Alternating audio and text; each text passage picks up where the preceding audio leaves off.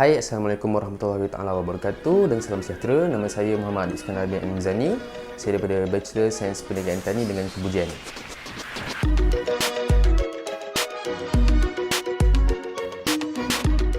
Baiklah, pada hari ini saya akan berkongsikan ataupun menceritakan sedikit sebanyak tentang hobi aquascape ataupun aquascaping.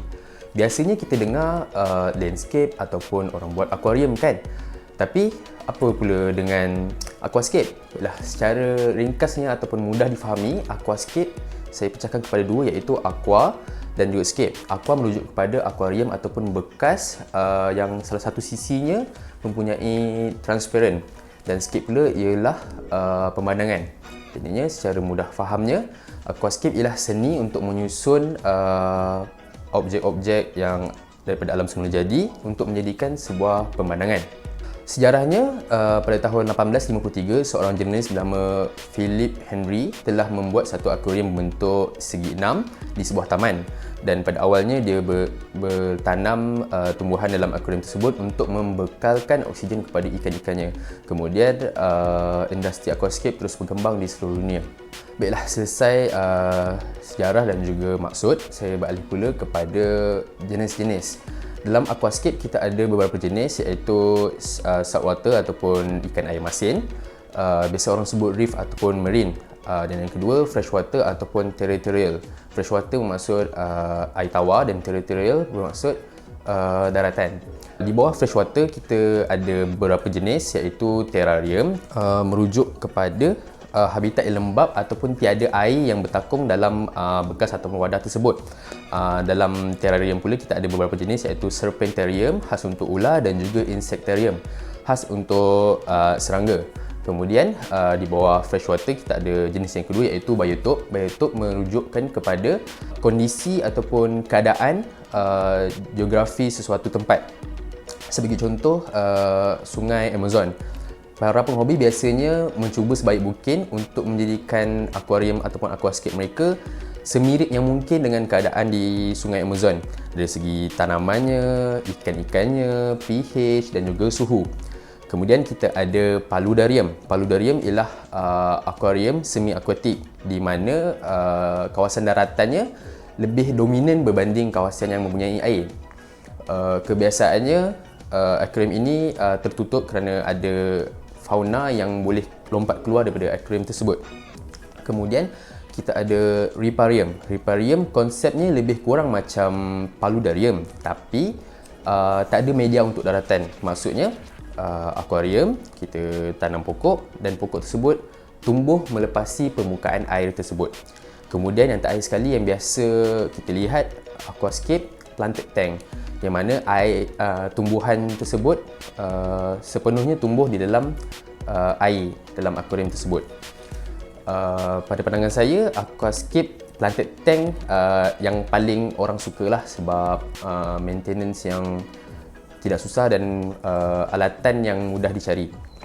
Kemudian di bawah planted tank ataupun aquascape, di mana tumbuhannya hidup di dalam air sepenuhnya, ada beberapa jenis design ataupun susun atur yang kita boleh inspirasikan dalam dunia ni. Yang pertama kita ada Dutch style. Dutch style ni dicatatkan style ataupun design yang paling tua lah yang ada dalam dunia ni. Dia merujukkan kepada tanaman ataupun taman bunga tulip yang ada di Belanda, sebab itulah dinamakan Dutch style.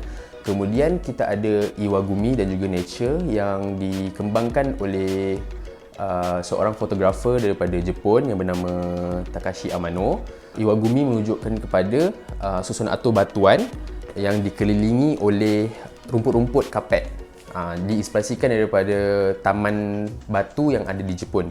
Nature pula terbahagi beberapa bahagian seperti pemandangan gunung ganang, pemandangan forest, jungle, bonsai, penjing dan sebagainya. Seterusnya, saya akan menceritakan sedikit sebanyak tentang bagaimana kita hendak memulakan untuk mencubakan diri dalam hobi aquascape. Yang pertama, kita haruslah tengok apa jenis tank yang kita nak. Tank tu maksudnya kita ada beberapa jenis akuarium biasa, yang biasa kaca biasa tu, yang biasa kita tengok dekat kedai akuarium. Yang kedua kita ada crystal clear ataupun CC tank dan juga ultra clear. Tapi kebiasaannya untuk penghobi aquascape kita menggunakan crystal clear tank sebab dia tak ada tulang dekat tank tu, dekat aquarium tu, dan lebih mudah untuk kita lakukan penyelenggaraan lah. Jenis, saiz, ada juga ruang untuk kita letak aquarium kita lah. Tak boleh lah letak dekat luar rumah sebab ada cahaya matahari, so nanti terlebih nutrisi pula dekat aquarium kita.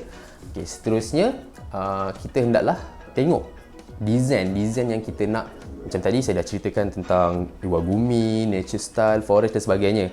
Pilih dulu apa yang kita nak, kemudian carilah flora dan fauna yang sesuai untuk aquarium kita ataupun aquascape kita. Di bawah design juga kita haruslah pilih substrate ataupun soil untuk kita bercocok tanam. Biasanya yang mahal lebih berkualiti lah.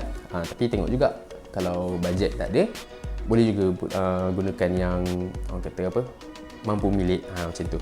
Kemudian seterusnya sistem penepisan ataupun filter sistem.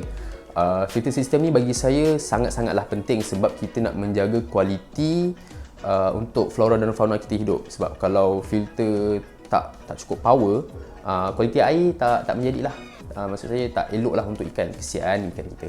Kemudian dalam filter ni kita perlu tengok rotation air tersebut perlulah kuat.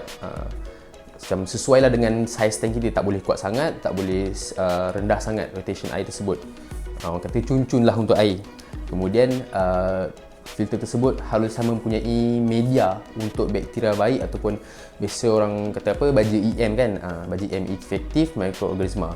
Perlulah media yang cukup untuk bakteria baik tersebut berkoloni dalam media tersebut untuk menghasilkan kualiti air yang lebih padu lah orang kata kan. Seterusnya ialah pemilihan lampu. Lampu ni orang kata penting lah sebab macam biasalah pokok kan memerlukan cahaya matahari untuk proses fotosintesis kan. Begitu juga dengan aquascape kita. Kita perlulah menyediakan lampu yang sesuai, yang optimum untuk pokok-pokok kita. Lampu yang kita boleh pilih, boleh cari kat Shopee, ada yang serendah RM30 hinggalah beribu ringgit lah. Kemudian seterusnya kita perlulah melihat kepada kitaran nitrogen. Kitaran nitrogen ni saya rasa ramai yang dah tahu sebab di sekolah rendah kita ada belajar kitaran nitrogen. Tapi untuk akuarium, saya rasa benda ni perkara pertama yang perlu kita lakukan bila kita nak mulakan akuarium ataupun aquascape. Kitaran nitrogen adalah benda yang sangat penting. Sebab apa? Dalam kitaran nitrogen ni kita menyediakan ataupun mematangkan air untuk flora dan fauna kita. Kalau nak cerita lebih lanjut tentang kitaran nitrogen ni panjang, tapi saya cerita ringkas. Ada 3 peringkat, iaitu peringkat amonia, nitrite dan juga nitrate. Bakteria baik yang berkoloni dalam filter tadi akan digest ataupun mencerna toksik oksid amonia dan nitrite untuk menjadi nitrate yang boleh diserap oleh flora dan fauna.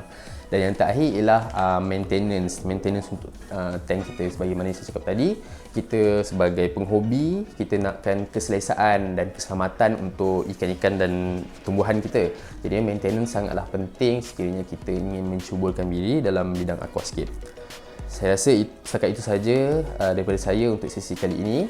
Akhir kata, hobi aquascape tidaklah mudah, tapi tidaklah susah sekiranya kita ingin belajar. Sekian daripada saya. Assalamualaikum warahmatullahi wabarakatuh dan salam sejahtera.